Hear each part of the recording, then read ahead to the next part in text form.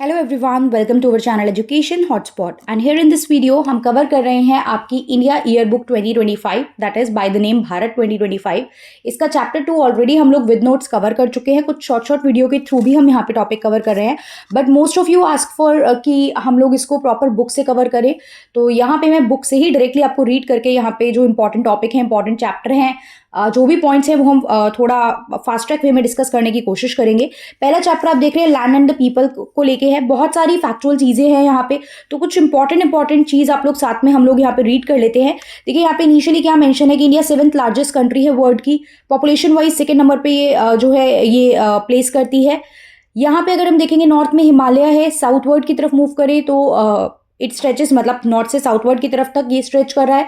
And tropic of cancer जो है, यहाँ पे हम लोगों को लोकेशन बताई गई है नॉर्थ वेस्ट ईस्ट साउथ की, तो it stretches southward and the Tropic of Cancer tapers off into the Indian Ocean between Bay of Bengal on the east and Arabian Sea on the west. तो ये तो understood है, जरूरी नहीं है इसके लिए आपको ये बुक पढ़नी जरूरी है। आप लोगों ने बेसिक ज्योग्राफी भी पढ़ी है, मैप देखा है, तो ये सारी चीजें ऑलरेडी अंडरस्टूड है। फिर यहाँ पे थोड़ा सा आपको लोकेशन के बारे में बताया गया है। Mainland extend between the latitude, right, यहाँ पे लैटिट्यूड लॉन्गिट्यूड मेंशन किए गए हैं। कितनी लेंथ है ये यहाँ पे मेंशन की गई है। नॉर्थ टू साउथ की अगर हम बात करें तो यहाँ पे 3214 किलोमीटर, एंड अगर हम ईस्ट टू वेस्ट की बात करें तो it is 2933 kilometre from east to west. तो ये लैटिट्यूड और लॉन्गिट्यूड के बीच का डिस्टेंस यहाँ पे बताया गया है। कोस्ट लाइन की अगर हम बात करें तो कोस्ट लाइन जो है दैट इज 7516.6 किलोमीटर हमारी एग्जिस्ट करती है। फिर ज्योग्राफिकल बैकग्राउंड की बात करें तो कॉमन बॉर्डर हम लोग शेयर करते हैं with Afghanistan and Pakistan north west में, China Bhutan and Nepal north की तरफ, Myanmar to the far east and Bangladesh to the east. Sri Lanka जो है वो सेपरेट होता है इंडिया से by the Palk Strait and Gulf of Mannar, ये भी अंडरस्टूड है। ऐसा नहीं है, देखिए एक टॉपिक अगेन बार बार इस बुक को इतना एम्फेसाइज किया जा रहा है, बट ऐसा नहीं है अगर आप नहीं पढ़ोगे तो आप वो 16 क्वेश्चन या 10 क्वेश्चन जो इस बुक से आ रहे हैं वो आप बना ही नहीं पाओगे, बिकॉज बहुत सारी चीजें जो है वो स्टैटिक से आ रही हैं। और अगर आप लोगों ने ज्योग्राफी, इकोनॉमी, पॉलिटी का स्टैटिक पढ़ लिया है, लक्ष्मीकांत कवर करी है, बेसिक स्टैटिक मैप वगैरह ये सब पढ़ा है, तो आप आसानी से वो क्वेश्चन सॉल्व, काफी हद तक उसमें से क्वेश्चन सॉल्व जो है वो कर सकते हो। क्लियर।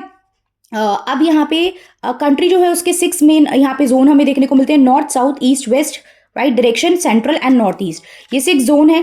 फिजिकल फीचर की बात करें तो यहाँ पे हमारे पास 4 रीजन देखने को मिलते हैं, जिसमें great mountain zone, plain of Ganga and Indus, desert region की बात की जाती है, एंड साउदर्न पेनिनसुला की बात की जाती है। वन बाय वन देख लेते हैं। इन्होंने हिमालय में यहाँ पे चीजें बताई हैं। अब हिमालय में कुछ पासेस को लेके भी यहाँ पे जिक्र किया गया है कि देखिए उसका इतना कॉम्प्लेक्स स्ट्रक्चर की वजह से सारे पासेस तक पहुंचना, मतलब travel is not possible, but कुछ जगह पे हमें ट्रैवल देखने को मिलता है। लाइक यहाँ पे नाथुला पास के बारे में बताया गया है, जेलेपला पास के बारे में बताया गया है, जो कि फॉल करता है मतलब जो चुम्बी वैली जो है वो आप यहाँ पे याद रखेंगे। फिर आपका शिपकिला है एंड सतलुज वैली है। देन यहाँ पे हमें आगे बताया गया गारो, खासी, जयंतिया एंड नागा हिल्स जो है, राइट, वो ईस्ट टू वेस्ट मूव कर रही हैं और वो ज्वाइन करती हैं Mizo and Rakhine hills running north to south.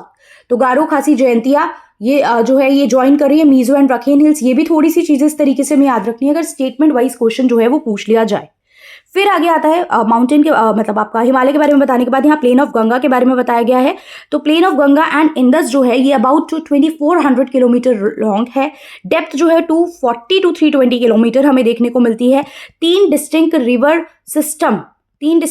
System को मिला के ये बनता है, that is Indus, Ganga and Brahmaputra, right.